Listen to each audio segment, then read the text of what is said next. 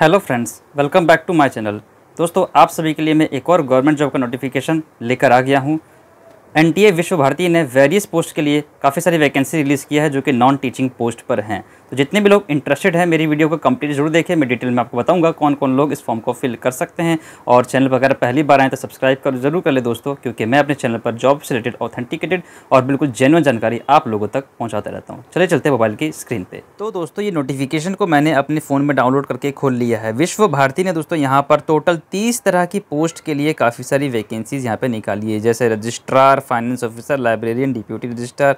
काफ़ी सारी वैकेंसी निकली है और इनको ग्रुप और पे लेवल में भी डिवाइड किया हुआ है। और अब नंबर ऑफ पोस्ट भी देख सकते हैं कितनी वैकेंसी है। सबसे ज़्यादा वैकेंसी की बात करूँ, उसमें ज़्यादा वैकेंसी निकली है वो है एमटीएस के लिए 405 वैकेंसी निकली है, एलडीसी के लिए 99 है, यूडीसी के लिए 29 वैकेंसीज़ हैं।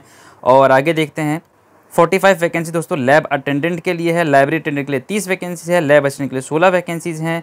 बाकी सबके लिए तो 10 से कम ही वैकेंसीज यहाँ पे रिलीज़ हुई है। टोटल 709 वैकेंसीज हैं। वीडियो में दोस्तों एंड तक जरूर बने रहें, सारी जानकारी हम डिटेल में बात करेंगे। दोस्तों, आप देख सकते हैं वैकेंसीज़ को ग्रुप और पे लेवल में डिवाइड किया हुआ है, तो इस हिसाब से इनका कितना पे स्केल, क्या सैलरी रहने वाली है, ये भी इसको डिवाइड किया हुआ है इन ग्रुप्स में।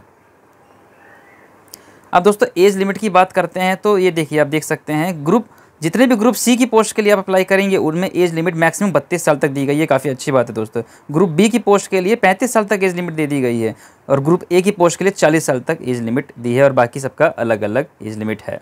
तो दोस्तों बात कर लेते हैं असेंशियल क्वालिफिकेशन की कि कौन कौन इस फॉर्म को फिल कर सकता है। तो मैं ज़्यादातर मोस्ट एप्रोप्रिएटिव पोस्ट के लिए ही आपसे बात करना चाहूँगा। चलिए बात कर लेते हैं असिस्टेंट या सीनियर असिस्टेंट की पोस्ट के लिए अगर आप भरना चाह रहे हैं तो उसके लिए क्या मांगा हुआ है, बैचलर डिग्री होनी चाहिए, यानी सिंपल ग्रेजुएशन होना चाहिए और 3 साल का आपके पास एक्सपीरियंस भी होना चाहिए। यानी अगर आपके पास एक्सपीरियंस नहीं है इस फील्ड में तो आप असिस्टेंट या सीनियर असिस्टेंट के लिए अप्लाई नहीं कर सकते हैं। यूडीसी की बात करते हैं तो इसमें भी फिर एक्सपीरियंस की डिमांड मांगी हुई है, भाई यूडीसी के लिए भी एक्सपीरियंस होना चाहिए। चलिए इसे हटाते हैं, आगे आते हैं एलडीसी। ये ऐसी पोस्ट होती है जिसके लिए आप अप्लाई कर सकते हैं, कोई एक्सपीरियंस की जरूरत नहीं है। सिंपल ग्रेजुएशन होना चाहिए, बैचलर डिग्री, इसके साथ ही साथ आपको इंग्लिश में टाइपिंग आनी चाहिए 35 वर्ड्स पर मिनट की, इतनी स्पीड होनी चाहिए और कंप्यूटर ऑपरेशंस की जानकारी होनी चाहिए। इतना आता है तो आप आराम से इस फॉर्म को फिल कर सकते हैं। बाद में स्किल टेस्ट होगा MS वर्ड MS एक्सेल पे, जो कि आप आराम से कर पाएंगे। एमटीएस की बात करें तो एमटीएस का तो और भी ईजी है। अगर सिंपली आपने 10th पास किया हुआ है या फिर ITI पास किया हुआ है तो आप एमटीएस की पोस्ट के लिए अप्लाई कर सकते हैं और ज़्यादातर इसी पोस्ट के लिए बच्चे अप्लाई करने वाले हैं। और इसका सिलेक्शन होगा रिटन टेस्ट और स्किल टेस्ट से। अगर कोई लाइब्रेरी असिस्टेंट के लिए भरना चाह रहा है तो बैचलर डिग्री लाइब्रेरी में होना चाहिए, टाइपिंग स्पीड 30 वर्ड्स पर मिनट होना चाहिए और कंप्यूटर की जानकारी होनी चाहिए। इसी तरह लाइब्रेरी अटेंडेंट के लिए 12th पास प्लस सर्टिफिकेट कोर्स लाइब्रेरी में होना चाहिए और कंप्यूटर की जानकारी होनी चाहिए। लैब असिस्टेंट के लिए दोस्तों यहाँ पर एक्सपीरियंस की डिमांड है, तो अगर आपके पास एक्सपीरियंस नहीं है तब आप इस पोस्ट को रहने दीजिएगा। लेकिन लैब अटेंडेंट के लिए आप भर सकते हैं। इसके लिए सिंपल 12th पास साइंस में मांगा गया है और अगर साइंस से नहीं है तो फिर 10th पास होना चाहिए और साइंस आपके पास होनी चाहिए।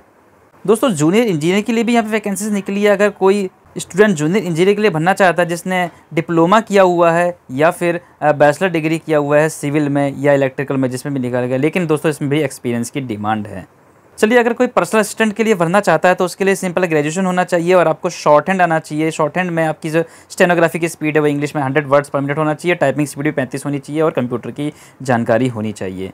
और अगर स्टेनोग्राफर पोस्ट के लिए भरना चाह रहे हैं तो उसमें स्पीड 80 वर्ड्स पर मिनट मांगी है, बाकी सब कुछ सेम है।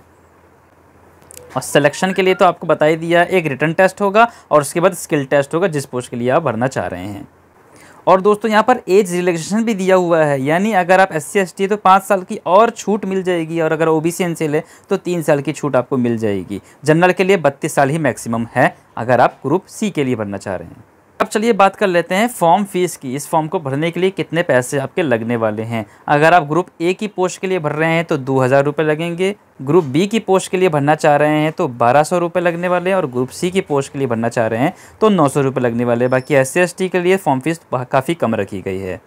दोस्तों ये फॉर्म ऑलरेडी स्टार्ट हो चुके हैं और इसकी लास्ट डेट 16 मई 2023 रात के 12 बजे तक रखी गई है, तो कोशिश करिए उससे पहले इस फॉर्म को ज़रूर फिल करिए। ये काफ़ी अच्छी वैकेंसीज यहाँ पर रिलीज़ हुई हैं। और पेपर के बारे में तो आपको पता चल ही गया है, रिटन टेस्ट होना है और उसके बाद स्किल टेस्ट होना है। अभी डिटेल में नहीं आया, जैसे ही आएगा मैं आपको ज़रूर इन्फॉर्म कर दूंगा। दोस्तों वीडियो अच्छी लगी हो तो लाइक करिएगा, कोई डाउट रहेगा तो कमेंट सेक्शन में लिखिए और चैनल को सब्सक्राइब करें ऐसे ही जॉब से रिलेटेड जेन्युइन जानकारी देखने के लिए।